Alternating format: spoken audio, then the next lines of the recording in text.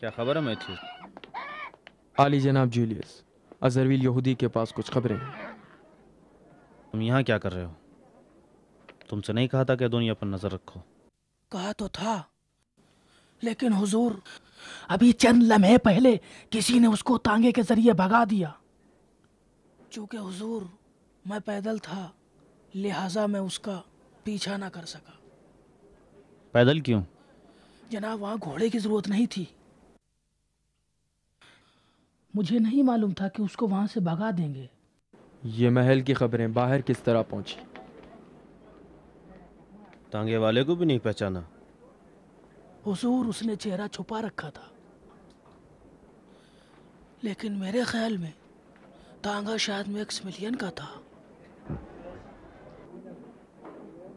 میکسیملین کے گھر پر نظر رکھو، دیکھو وہی تانگا ہے یا نہیں۔ جاؤ۔ جاتا ہوں والی جناب۔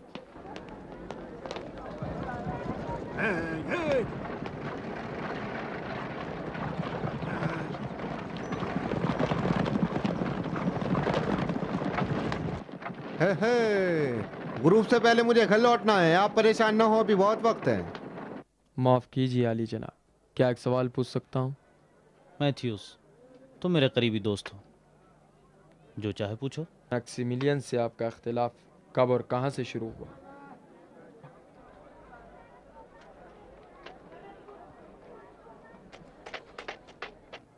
چونکہ تم پر بھروسہ اس لیے بتاتا ہوں، میں برسوں سے ہیلن کو چاہتا تھا اور یہ بات دقیانوس بھی جانتا تھا، لیکن میکسیملین کے آنے پر دقیانوس نے اپنی بیٹی اس کے حوالے کر دی۔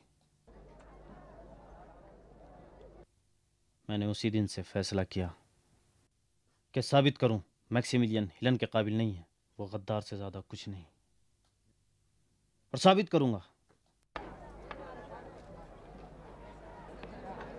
میں نے اس کے خلاف ثبوت فراہم کیے ہیں کہ جن کی اطلاع دقیانوس کو دوں گا، اگر اس نے توجہ نہ کی تو پھر دوسری اطلاع شہنشاہ ایڈرین کو دوں گا۔ جناب دقیانوس نے میکسیملین کو آپ پر فوقیت کیوں دی؟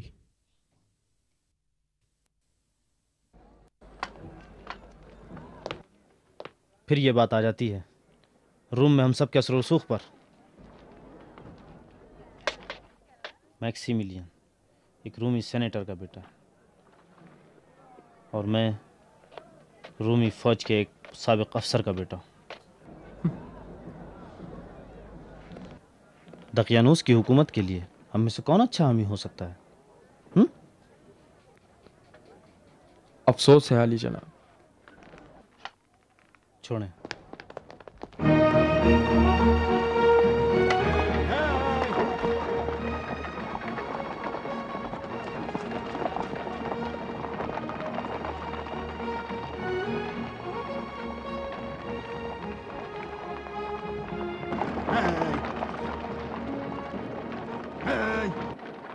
ہم کہاں جا رہے ہیں گیلس؟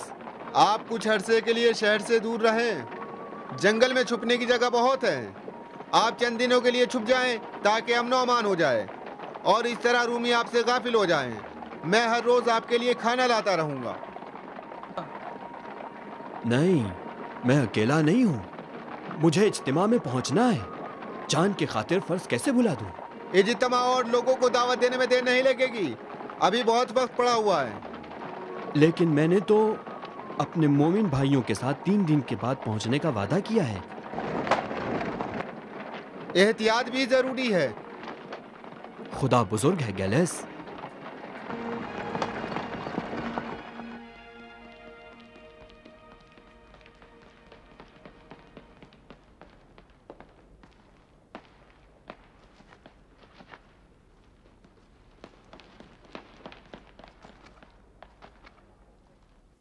سنو میں کیا کہنا چاہتی ہوں۔ کہو، میں سن رہا ہوں۔ نہیں رہے، معلوم نہیں کس دنیا میں ہو۔ مجھے معاف کرنا ایتھنے، شہنشاہ کی آمد کی خبر نے مجھے ہیجان زدہ کر دیا ہے۔ کافی ہے کہ بس ایک غلطی ہو، سب خراب ہو جائے گا۔ یہ ساری امیدیں نقص پر آب ہو جائیں گی.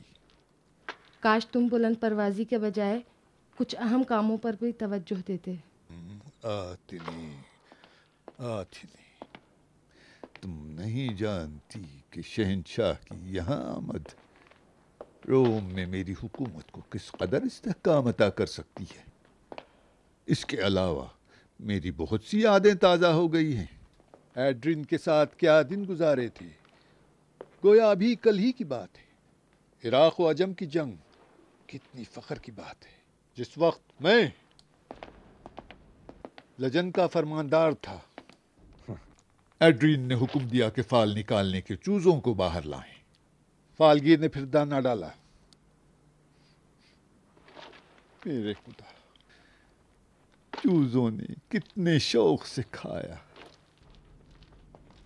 یہ اس بات کی علامت تھی کہ جنگ ہمارے حق میں ختم ہوگی. آتھنے عظیم فتح نزدیک تھی.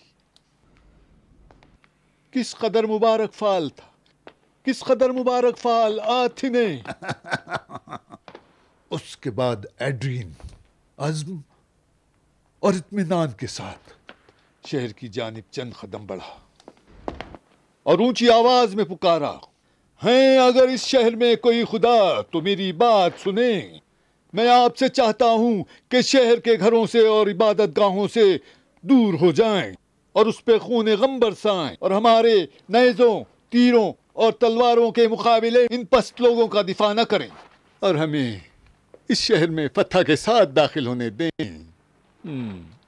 فتح فتح فتح. میں نے نہیں کہا تھا کہ میری بات نہیں سنتے، اپنے ہی خوابوں میں رہتے ہو. ٹھیک ہے، چلو کہو کیا کہنا چاہتی ہو. تمہارے خیال میں شہنشاہ کس کو اپنا جانشین بنائیں گے؟ مجھے نہیں پتا. تم نے کہا تھا کہ شہنشاہ سے تمہاری پرانی دوستی ہے. ایڈرین کے ساتھ میری ماضی کی یادیں میرے ذہن سے نہیں نکلتی. میں لگاتار ان دنوں کا سوچتا ہوں. میرا مطلب پرانی یادوں کو تازہ کرنا نہیں ہے. میں چاہتی ہوں کہ ہم اس دوستی سے زیادہ فائدہ اٹھا سکیں. کیا فائدہ اٹھایا جا سکتا ہے؟ ان سے کہو کہ پرانی دوستی کی خاطر اور ان کی جان بچانے کے صلے میں تم کو جانشین بنا دے.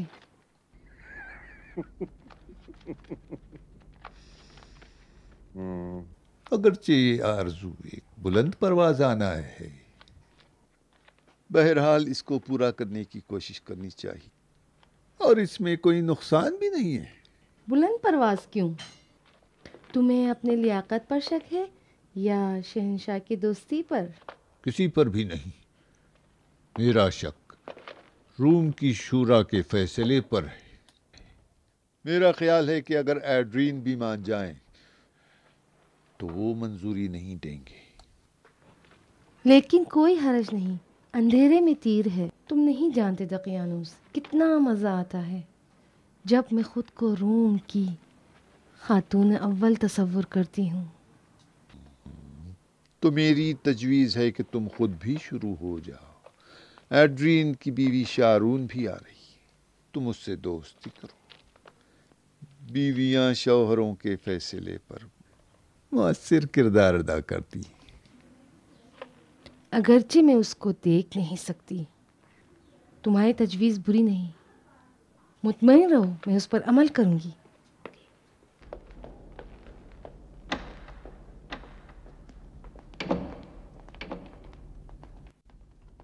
عالی جناب جولیس.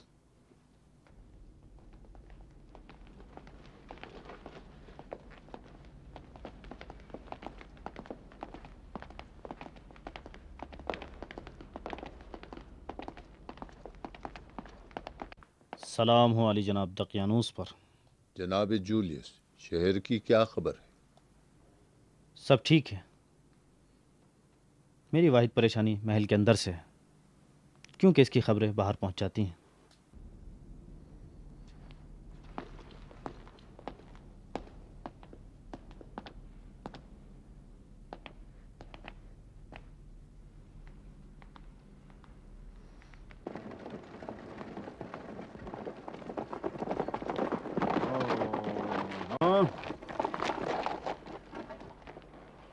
اب پریشانی کی کوئی بات نہیں ہے. اب خطرہ ٹل گیا ہے، یہ محفوظ جگہ ہے۔ یہ پہلی بار نہیں جو جناب میکسیمیلین مجھے نجات دے رہے ہیں۔ ہے اس سے پہلے انہوں نے میرے جسم و روح دونوں کو نجات دی ہے۔ ضرور سننے کے قابل ہوگی۔ ایسے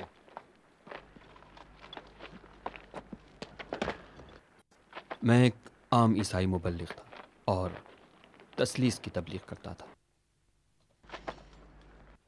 ایک دن رومی سپاہیوں نے مجھے تقریر کے دوران گرفتار کر لیا۔ بے شک میری موت حتمی تھی، لیکن جناب میکسیمیلین نے ہوشیاری سے مجھے آزاد کرا لیا، اور یہی آشنائی میرے موحد ہونے کا سبب بن گئی۔ مدتوں ہم لوگوں نے آپس میں مباحثہ کیا۔ میں نے ان سے بہت کچھ سیکھا ہے۔ گیلس تمہارے مالک عظیم شخص ہیں۔ میں ان کو اچھی طرح جانتا ہوں۔ پھر تو ان کے سلسلے میں بہت کچھ جانتے ہوگے۔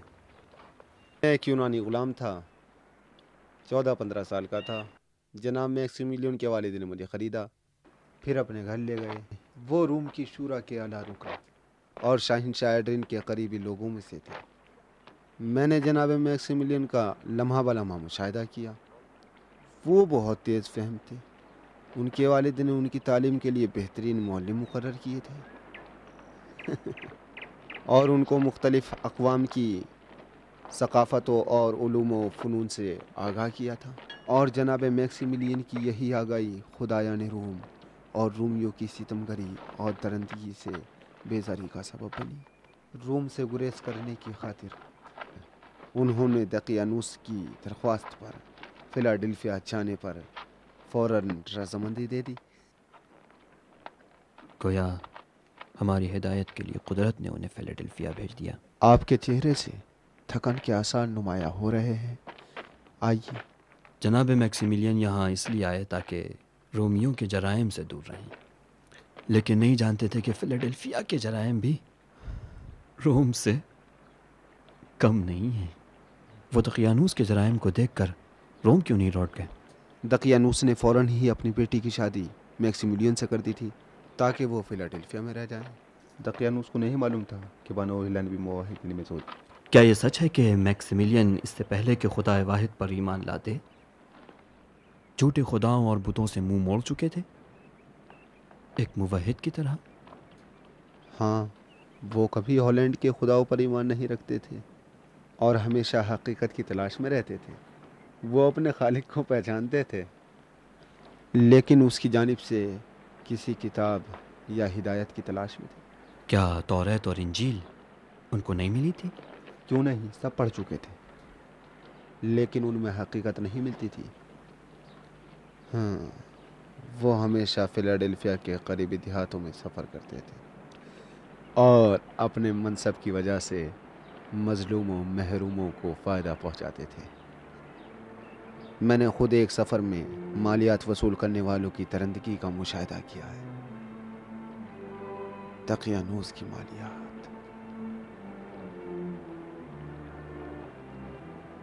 بتا جلدی، بتاتا کیوں نہیں؟ بابا کو مت مارو، چھوڑ دو بابا کو، چھوڑ دو۔ نانا کو چھوڑ دو، نانا بابا کو چھوڑ دو،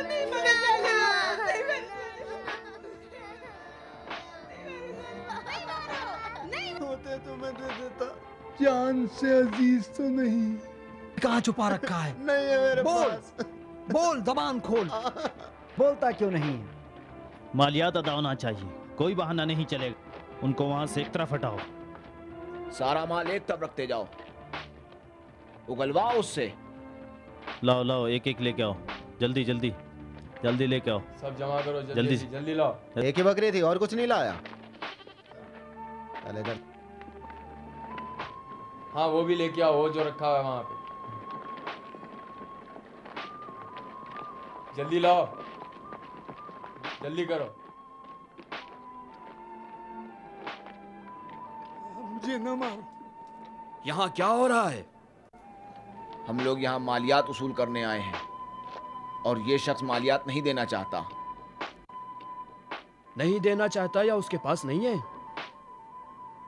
اس کا ہم سے کوئی تعلق نہیں. ہم لوگ مالیات وصول کرنے آئے ہیں، نہ کہ غریبوں کی مدد کے لیے. نہ مارو. رہا کر دو اسے.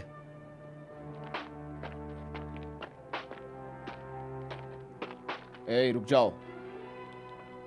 علی جناب آپ کون ہیں؟ ایک چھوٹا افسر اپنے بڑے افسر کی اطاعت کرتا ہے. سوال نہیں، چھوڑ دو اسے. میں یہاں پر علی جناب دقیانوس کے حکم سے مالیات وصول کر رہا ہوں. میں آپ کی بات نہیں مان سکتا.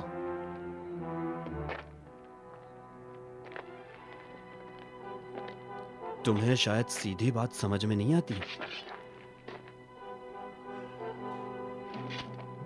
لگتا ہے آپ ناز و نعمت سے پلے ہیں.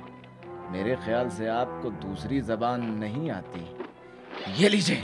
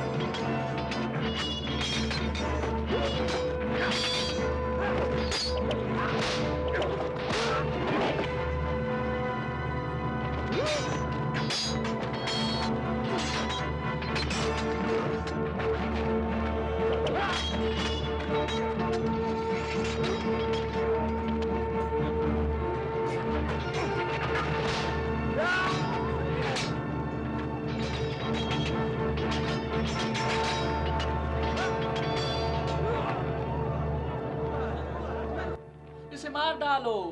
اس کو زندہ مت چھوڑو. مار ڈالو اسے. مار ڈالو. زندہ مت چھوڑو. اس کو زندہ مت چھوڑو. اس نے ہمیں بہت ستایا ہے.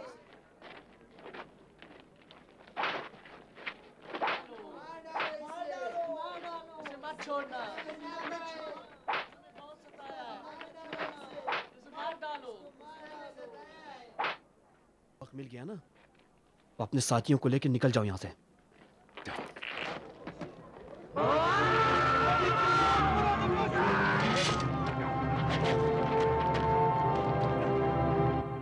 عالی جناب، عالی جناب، عالی جناب، خدا کی پناہ، تمہاری شامت آ گئی ہے. جانتے ہو یہ میکسیملین دقیانوس کے داماد ہیں. سب چھوڑ دو یہاں پہ. جلدی چلو یہاں سے. پکڑو. اے چلو جلدی چلو. بیٹھ جاؤ. ہٹو. چلو راستہ دو. چلو چلو جلدی چلو.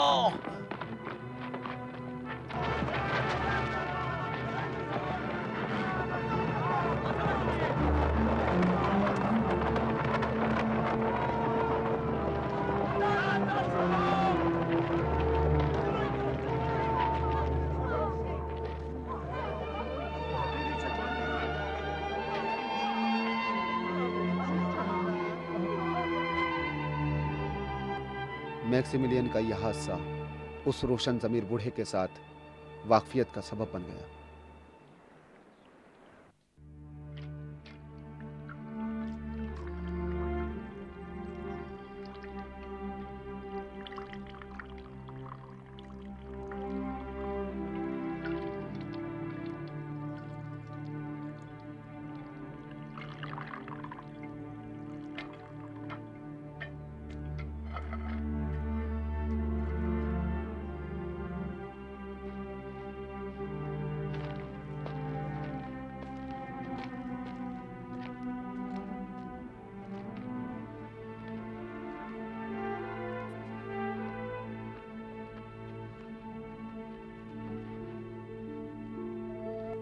جناب میکسیملین سخت بیمار ہو گئے تھے اور بوڑھا آدمی جو اپنے آپ کو اس حادثے کا سبب سمجھتا تھا وہ جناب میکسیملین کو اپنے گھر لے گیا.